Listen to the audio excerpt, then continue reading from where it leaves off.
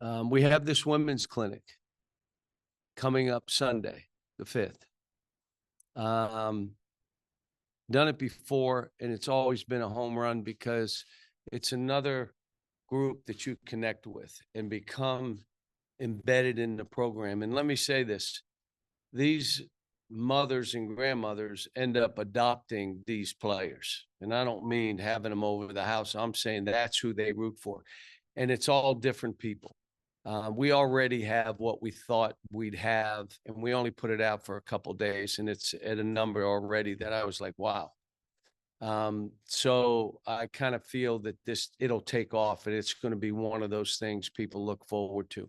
And I even said, for the women who are coming in for the Tennessee football game, make your husband stay. He can't come to the event, but make him stay, and then you can tell him what happened during practice after we're done and after the clinic's over. So hopefully we're not shutting it down right now, but we got the number we thought we'd get already. But there may come a point where I said, I don't want it to be too big the first year because we're not the facilities and stuff. I don't know my way around everything yet. So we have the tip-off tour. So we're going to Hot Springs on the 12th. We're going to Pine Bluff on the 13th. My guess is they'll both be sold out. And you might ask, why are you doing this? Like, what is it that leads you to do things that take the team to the state? Well, first of all, this program is the state's program. By going to them, it's kind of like we're going to where you are. You don't always have to come to us. And my guess is there are going to be people in both venues. It's their first opportunity to see a player, the team, the coach in person. Now, that could mean they're 8, 9, 12 years old. It could mean they're 70. And this is their chance to see these players or this team in person. That's one of the reasons I want to do it. I also want to get the kids out in the community to understand the importance to this state that this program has.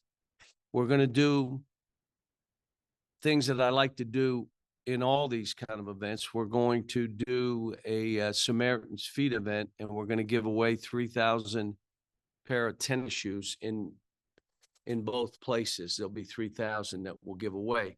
And if you look up or Google Samaritan's Feet, you'll have an idea of what it means. And it's about having young people where you wash their feet, you talk to them, you create hope, you give them a hug, you let them know someone cares. And the impact it has on the young people, yeah, but the impact it has on my players, enormous.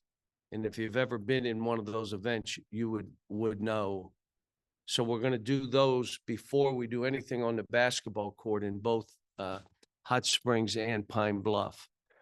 Autographs, pictures with the team. We're going to do different things, probably a mini practice, but it's more of us getting into the communities like that. We're doing the exhibitions for charity. We're going to do for Children's Hospital. So it gives us a chance to, again, do something to give back to the community. But it also puts us against opponents, Kansas and TCU in Dallas, where we're playing down there, that you're probably going to get stung pretty good, but it's perfect for us to figure out where we are right now, for our fans to see where we are, the staff, everyone has an idea of where we are right now, and that we got work to do, that I've never promised to have a magic wand. My teams usually at the beginning of the year will struggle some, and by the end of the year, we're playing at our best. I imagine that'll be the same. That for our team, and even after that, Lipscomb, Lenny Acuff's one of the best coaches in the country. Lipscomb's going to come in here and be a hard game. And then our next game is Baylor. They're top 5. And we're playing them down in Dallas. So you could take some spills early, and they'd be what you need at that point. We may play better than we thought. But this is all about building a culture, the culture of what is expected, and whatever that is, do more. What's expected of you in this program? Well, you know what that is, but do more. And then what is unacceptable? That's when you start building culture.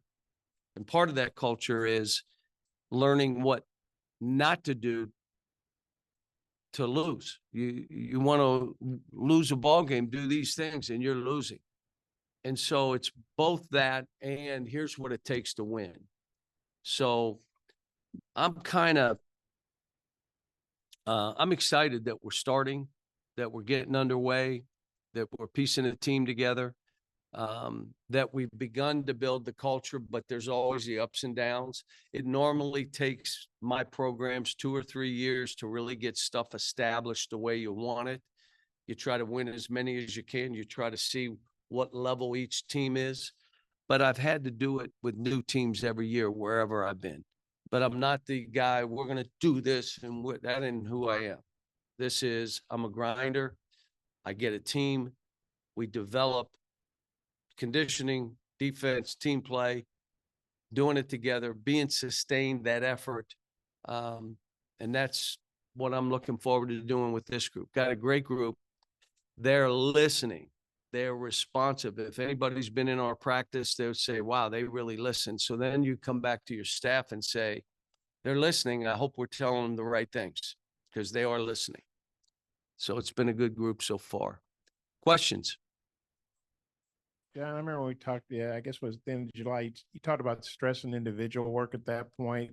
What I assume now will be more teamwork. Kind of what are the big points you're going to hit here early? Well, even when they came back, I shifted some to team 5-man, how we're going to play together, both offensively and defensively.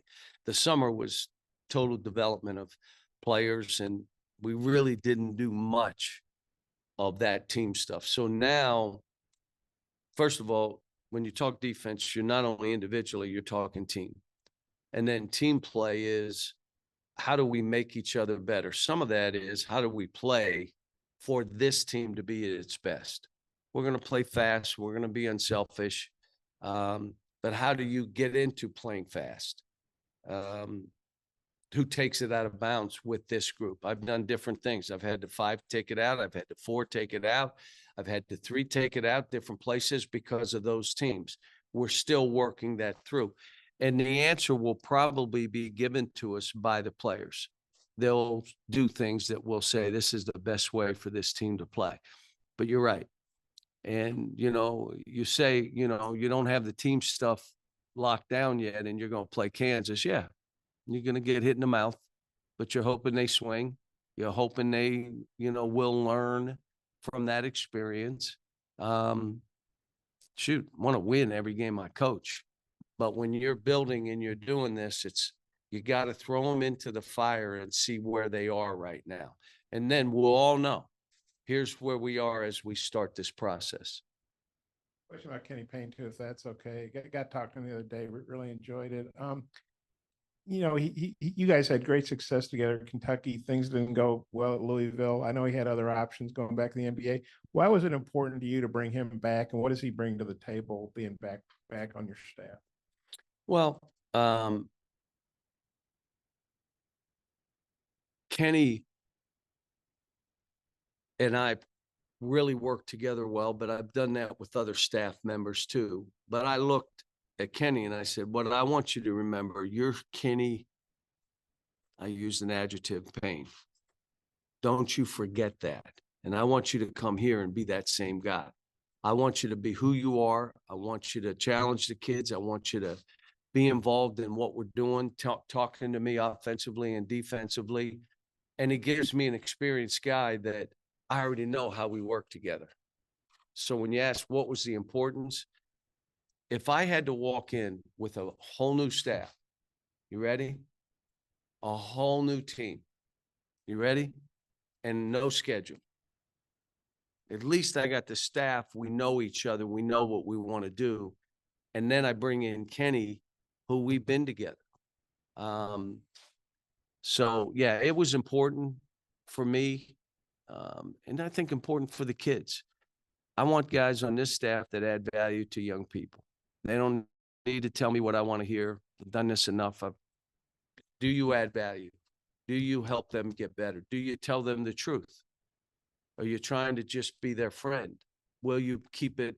Will they respect you because you're keeping it real? You're telling them what they need to hear. And hopefully we got a staff full of guys, and I believe we do, that will be that way. Yeah, Tyler Eulis obviously now on the staff. Just what has he brought so far, and how have you enjoyed just kind of working with a guy you coached as well?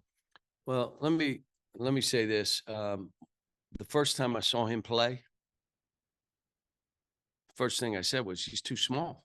He's 5'8", 150. He says he's 5'9". I don't believe it. But then the more I watched him, I'm like, wait a minute. And I've never really had small point guards. I'm like, this guy's different. He's got something. And it's an easy statement about him, which was, if you're good enough, you're big enough. Care about size. If you're good enough, you're big enough. And he ends up being drafted after 2 years. And probably, you may want to look it up, but I'll make the statement. I believe he was the lightest player ever drafted in the NBA draft. And you think about that. There may have been somebody smaller, and no one that was weighing what he weighed. Great basketball mind. When he was my point guard, he did a lot of coaching of the team. I never said no to any of his suggestions. He would say something, I'd say, I like it, let's go with it. So having him back, giving him that opportunity. He had the injury in the NBA, set him back. He had a car accident, almost took his leg off. So it doesn't look like he's going to be able to come back and play. To give him a start, let him get going, be an on-the-court coach. So, and the kids will respect him. Time we were in here, you mentioned, Chin Coleman potentially being the next guy from your staffs to go on and get his own opportunity. What about him kind of says that to you? I've been around him enough to know the basketball, the feel for the game, that he's not afraid to coach, that he's good in recruiting, in recruiting situations in homes. He's good. He's driven and wired. You got to be authentic at this stuff. You can't try to fake it or be. He is who he is, and he loves it. And that's why I say not only that, I think he'll be really, really successful. Coach, I'm curious how y'all are health-wise as you go into practice. I think I saw a picture where maybe Big Z was in a boot, maybe someone else. How are y'all doing health-wise? We've been beat up a little bit, but that's everybody. There's no excuses. Guys get hurt. Z's fine, but he was in a boot for a while. Other guys were hurt and came back. We got a couple guys that are going to be out a week or two. That's the last thing on my mind. Getting these guys to be a team, but number one, being in great condition, no one is more conditioned than we are. Well, then the second thing is defensively, I think we're physical enough to be that kind of team. And then offensively, it's play fast and share the ball. Well, yeah, we'll give you some actions, but this is going to be about these other two things first, which means, like normal, my offense will be behind a little bit. When we start the season, it'll clunk along. Then you'll start seeing it. But that's how I've normally built teams. And you already mentioned your exhibition games, Kansas coming here and playing TCU. Is that kind of a philosophy that you want to go use every year, playing two big time schools like that? And you like the home and away aspect, playing one here and one on the road? Well, the thing I tell you, that I've been saying this for a decade. Why are we not playing each other in exhibition games? You got TV, you can put it on, the fans get to see it. Well, what's the reason? And they said, because. I said, well, because what? because. So by now letting us do as charity, it solves two issues for me. It gets us involved in different things in our community, and we get to play these kind of people. And you know, Bill and I and Jamie and I, we're all good friends. Let's play zone for 5 minutes. Let's press each other. Let's do some situation work. Let's do 2-3 minute situations. We're up 8 and then we're down 8. Let's see how we play. Why not? It's good for both programs. People are going to want to see it. I'm just, like I said, I like to challenge the guys. And when you're doing this, another building, and you need everybody to see where the program is against, you know, you get hyped. You play a couple bad teams, 3 bad teams. We're the best in the world. And then you come out and you get your ears clipped back. Yeah, because you're not really what you think you are. And most of us coaches would know that. Like, and you try to warn everybody we're not what we think we are. And no one listens to, yeah, you're 3-0, you know, so. But I think it serves both purposes. Yeah, 'cause you said it takes about, 2 or 3 years for your program to really get your feet under you. You have a handful of guys that were with you at Kentucky for a couple of years. How important is that having them Most of here them for were the 1 year, transition? but go ahead. Yeah, Or no years. you had AD for a couple of years. Yeah. But how important is that having them here with you now? Well, the guys that have been with me can let the others know what I won't accept. They'll tell them, like, look, I played for him. He's not accepting that right there. So you can go do it, but it ain't going to work. The other thing is, they know how consistent, like, I'm not going to change. I'm not up and I'm coming every day noticing. Like, I'm going to notice. Don't think I'm not noticing. In most cases, if you're in my practice, I stop them way too much because I notice too much and I'm not going to let stuff pass. But having them here is important. But that's them educating about me. Reality of it is it's going to take a team. These guys got to come together. And you can't be so worried about yourself that you're not worried about your team. But you got to be responsible for yourself. Like, I'm not responsible for you. Are you getting in the cold tub after practices? Are you stretching? Are you doing what you're supposed to do? Are you eating? Don't come to practice and say, I have a headache. Really? Did you eat breakfast? No. Did you eat lunch? No. Well, what do you expect? You're going to have a headache. You are responsible for you. And then we bring this team together and they care about one another so much that it's amazing when they accomplish stuff. Did you watch that Mets Atlanta baseball game? Did you see the Mets, the celebration that these dudes are hugging each other? They're truly family and they're there for each other. But everybody has a role. Some of the better players are held to a higher standard. Some of the other guys, we need you to help whenever you can. And that's when you're putting a team together. So yeah, they're going to help the process, but you got 2 guys, one played and then was injured. Adu played for first year, didn't play that much, but last year, and then he got injured, and Z didn't play till the last 10 games. So, to say they'll know me, yes. To say that they know each other yet, they're still learning. DJ Wagner is one of those guys. Just kind of what have you seen from him now that he's made that transition over with you, and what do you kind of want to see from him this year after kind of struggling last year with all the expectations he came to Kentucky with? Well, here's what was funny. Before he got hurt, I believe he was freshman of the week 3 times. Like, well, he just struggled. No, he was playing great.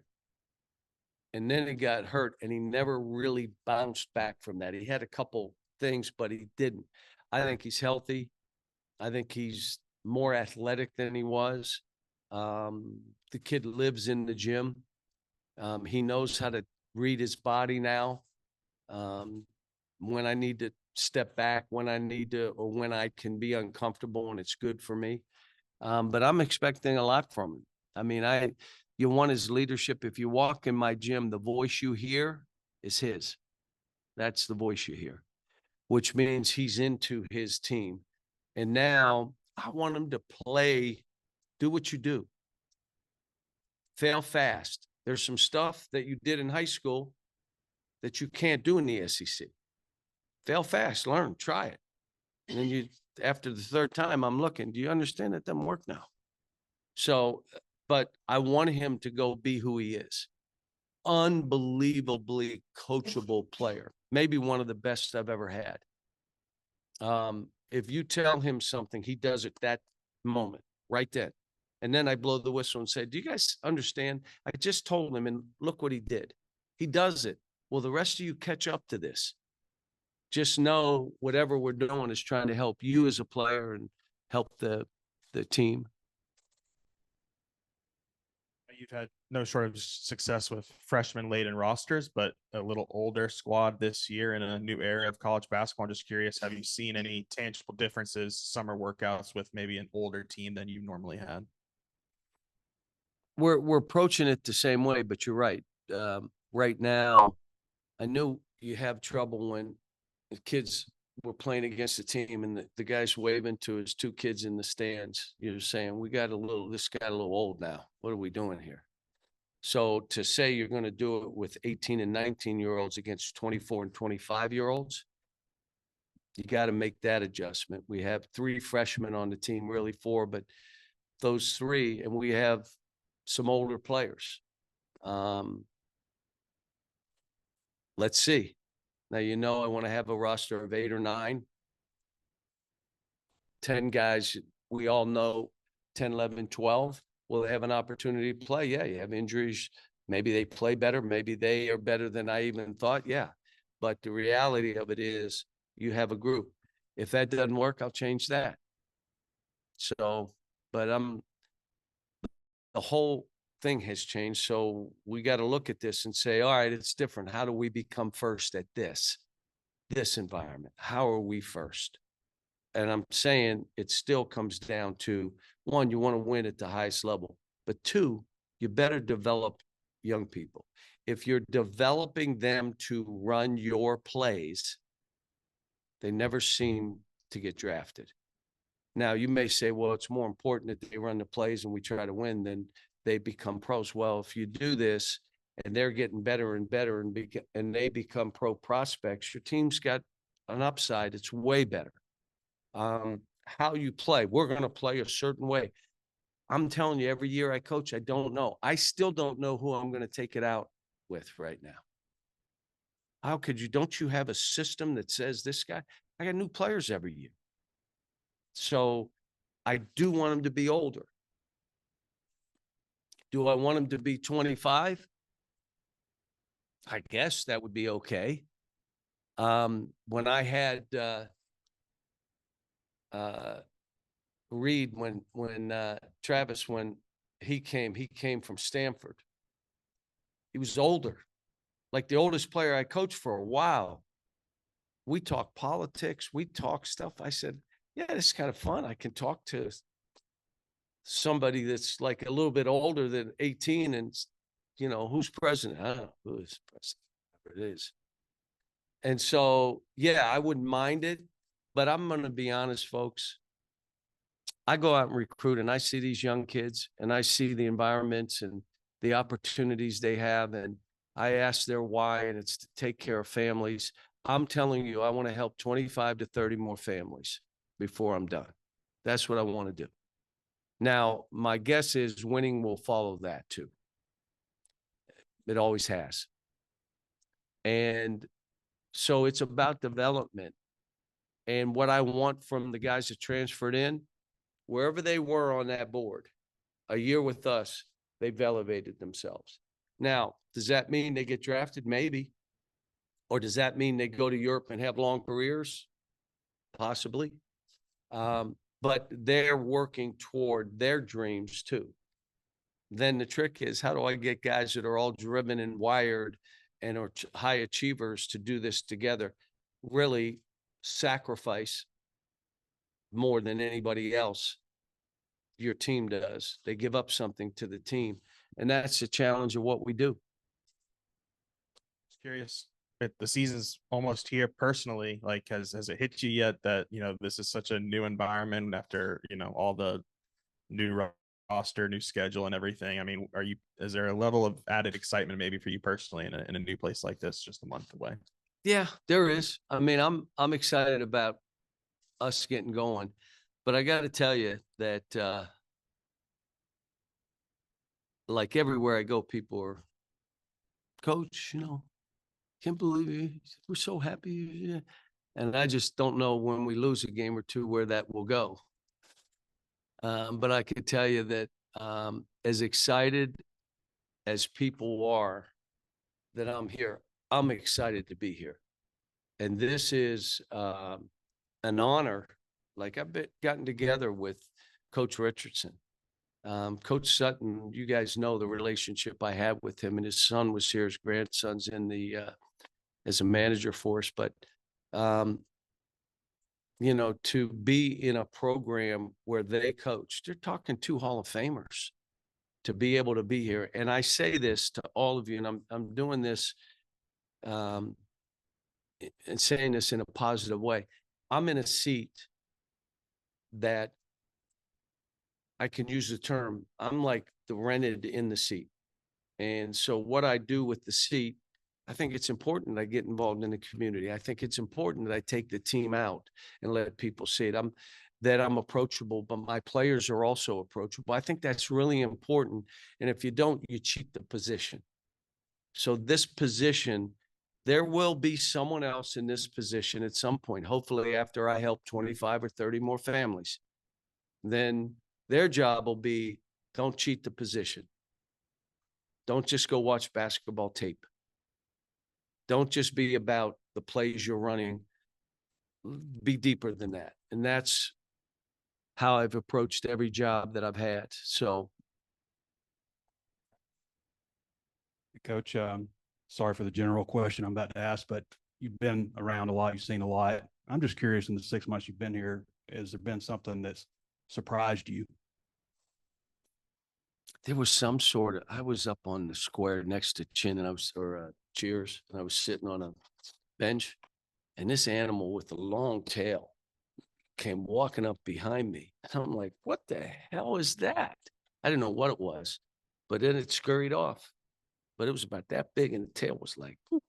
So somebody could tell me. I said, I don't know what it was. I'm just happy it ran the other way. It didn't attack me. What was it? Chupacabra, the mythical Chupacabra. No, it wasn't mythical. It was real. This thing was there. I mean, it was big. What about your personnel with your players and stuff? Anything that they've done that has jumped out to you, surprised? Maybe something that you didn't know you had with a guy. They all of them have a competitive spirit. They're all, you know, the biggest thing that we all here didn't have to deal with, what comes at these kids now. Why do more people want to be in their life at an earlier age? Say it. Yeah. So now all of a sudden, no one cared about me when I was 16 and 17. They weren't trying to get a hold of me. They weren't trying to. So all of a sudden, you could learn and grow. And now these kids are 15, 16, and you got people in their lives that are all, you know, and then the expectation of what they are supposed to do. And it's like I've had players come with me that needed to stay in school longer. But they were told that, well, you've always been this and you were ranked this, and none of that matters. I even say this, why would you leave early now unless you know with NIL? Why are you leaving early? You can't. Before they'd say, you know, my parents, I got to do this. I get it. So all of that, what they have hanging on them, I'm pretty conscious of that. Having meetings with them, talking to them about if there's anything in your background that you need to rectify, you better, because this is going to be really hard. And you got more people going to be pulling at you, that you have to be clear that everything is cleaned up with you. And then the other thing is, what someone's opinion of you shouldn't matter to you. It's none of your business. what their opinion is. Don't go on this internet. Don't go on all the stuff. They were telling me I have 2 million followers. Probably half of them are not fans. I never go on there and look. I put things out. I just found out do I have Snapchat? What's the other thing? What is it? What is it? I didn't even know I had that. What's the other one? Facebook. I mean, they like, and let me say what I'm going to do because we have meals and they still have phones. Some of them have 2 phones or 3 phones. What? So if I'm getting upset, like I'm telling them, you can't live in there. You got to live on the court. The only place they don't have a phone, thank goodness, is on the basketball court. They got to talk to one another. But if they mess around, I'm going to have a practice where they got to have the phone in their hand the whole time. And we're going to practice. Pretty hard to do. Well, it's hard to live a life that way if everything is listening. How about it's hard to sleep if you're laying there? Or I heard a buzz. Well, how do you get a good night's sleep? All that matters now when you're in this league playing against older players who are more experienced than you. You better be rested. You better have diet down. You better have you better be your biggest cheerleader. All that stuff is stuff I'm trying to work on with this group. They got to feel good about themselves as players, but because they're doing more than expected. They're coming back from injuries. They're not prolonging because they know, I'm giving the guy a chance and maybe he's better than me. So all that kind of stuff, it just amazes that we as coaches, you have to deal with it. And let me say this, throughout my career, their perception of things is their reality. So you better deal with their perception, because we could all say, crazy, it's not how it is. You're just saying it. Well, if that's what they think it is, to them, that's what it is. And you better deal on those terms. You can hear him saying in the court out there that it's hard to fathom this building is 31 years old now. Hunter said the other day, the NIL may be slowing some projects down. What do you think in terms of renovation of this place? You talked to Hunter about that. I've coached in here, and the visitors' locker room is they're worse though than this in our league.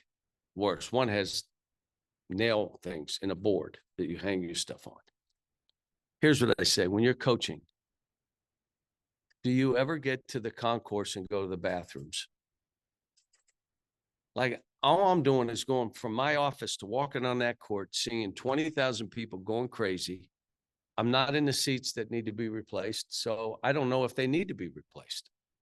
I'm not on the concourse going and getting a Coke and they need to redo. I leave that all up to Hunter and his group. Whatever needs to be done here should be done, but NIL may slow it down. NIL is going to slow down facilities and different things that programs will want to do. That's why I said here, we have the best facilities for basketball, but have you been to the baseball facilities? Have you been to the softball facilities? Have you been to the football facilities? How about track, which has won 40, 50 national titles? Tennis, I mean, all this golf, the blessings that what they have here. Now we can get down to how we're going to make this work with NIL and this building. And I'm telling you, I'm fine with this building. Now, some fans may look at me and say, well, my seat, I get something. Oh, I get that, but for our team to walk into Bud Won't, I've been here. I've gotten cheered one time. When did I get cheered here? When they threw me out, they cheered. Now, we'll remind you, we still won that game, but So I know what it's like in this building, and it's going to be fun. It doesn't mean you win every game here. Doesn't. It means the fans are as connected to the team as anywhere in the country. And now, again, I'm taking the team out to do some preseason stuff in Hot Springs, in Pine Bluff. And I've been to Hot Springs. I've been there twice. Pretty nice. I like the town. I've not been to Pine Bluff. I'm looking forward to it, though. You want to help, 25, 30 kids before you're done. I'm just wondering- families. I'm just wondering, how'd you come to that number, and if there's any changes in kind of your coaching philosophy through the years? Well, if my team really, really does well, there's probably 6 families on that team that are helped. And if a team, you could be top 10 and lose early, your top 10 team, but you lose early, you might have 3 guys drafted from that team, 2 guys drafted from that team, if we're recruiting the kind and developing the kind of players that we do. So when I tell you 25 to 30, I'm hoping we have a lot of success, because I know that will lead to a lot of players' lives changing. So yeah, winning. And I know people say, he cares more about the kids or getting NBA players than winning. You don't need me to go over what I've been able to do coaching wise, do you? I mean, come on, how do you say that other than you want to create a narrative that he doesn't care about winning? Have you ever watched me coach? Like, I don't care about winning, but not at the expense of the kids. I'm not going to be that guy. Not now. I'm not changing at this point. I don't think I can if I wanted to. It doesn't mean they run the place. They are going to be held to a high standard. My best players are held to the highest standard. If I can't coach them, how am I going to coach the other guys? And the guys know it. If you're one of my better players, I'm coaching you harder than anybody else. I will ask the team every year, who am I being hardest on? Sometimes there's like 6 of them raise their hand. But the one year, Carl Towns raised both hands. And I was being hardest on him, because what he had, that talent he had, he could be, in my mind, should have been the 1 pick, which he ended up being. But it took him a while, and they're not always happy. Derek Rose thought I hated him for a while. Did an interview, said I thought he hated me. Well, he's my best player. I held him to a high standard. I wasn't accepting. So I'm not changing that part of me. But it becomes us making sure we're playing in a way, we're teaching in a way that is preparing them for the rest of their lives on and off the court.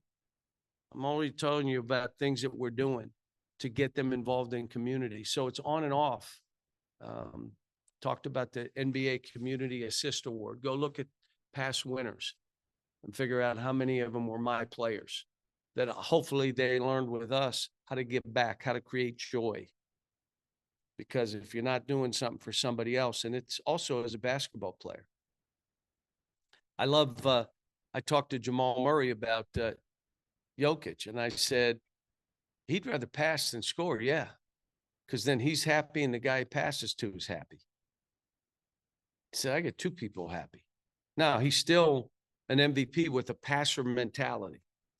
Think about that. So hopefully we can find that guy here too. What else? Couple, if that's okay. I know you talked about this, and I saw the video. You had Doug Case, the sprints coach, come in, and I think it was Chris Bailey, the Olympic, gold medalist. Is that something you did? Have you done that at Kentucky and other stops, and just kind of what led to that, and how much do you think it helped you? I have done that at other stops, and what we've done is, you see your players running, they're running like this, and feet are flying, or knees are out, and you're basically, they don't know how to run. Now you say, what do you mean they don't know how to run? Just run fast, move your feet. No, there's a correct way of running. And I've done it at other stops. I've told the coach, come on, man. And then I listen to what he's trying to teach, so that as they're running, I know the same thing and I'm teaching the same way. Um, and he did a great job. He came over and did a great job with the guys. As a matter of fact, some of the guys went back over to the track to work with it. So you think about this, again, something small. They learned to run the right way, maybe stride out that much more than you've been striding. That means it's one less step, the length of the court that you're taking, which means you're faster. Because everybody says you can't get faster. Well, you can get faster. Now, it's not going to mean that your just feet are moving faster, but you're striding out. You're learning to explode off your toes and the balls of your feet. You're not landing on your heel, which is a break. You know, I mean, you have to teach all that stuff again when you have young players who are 18 and 19 and have not been coached that way. So, yes. I probably also saw the video when you brought Nolan Richardson in to talk. Look like the guys. Did you really guys good. hear his talk? How good, there were two things about it. On point, everything. There's no substitute for conditioning. There's no substitute for strength and toughness. And then he said, and either you play to win or you just play to play. Which are you? Then he also said, I like what I'm hearing and all that, but he did it in 5 minutes. Why can't you go 13 minutes? This day and age, they can't stay focused that long. So he did all that he did within 5 minutes. It was unbelievable. So yes, and I want him to be a part of the program. I invited Ted Owens and Larry Brown and Coach Richardson, all of them, to come to this Kansas game and sit in the first row and, you know, the history of the programs and all that. Yeah, I want to bring people in to meet with the kids and have an impact on them. So I'm sorry. He's obviously getting up to an age, like we're all getting older, right? But it seems like he still has his fastball, so to speak. How impressed were you that I guess he's in his 80s now that he could still hold an audience like that, a group of really good players? He and I did something at his golf outing that he does for his daughter, and we sat together and went back and forth. Still really funny, like sharp.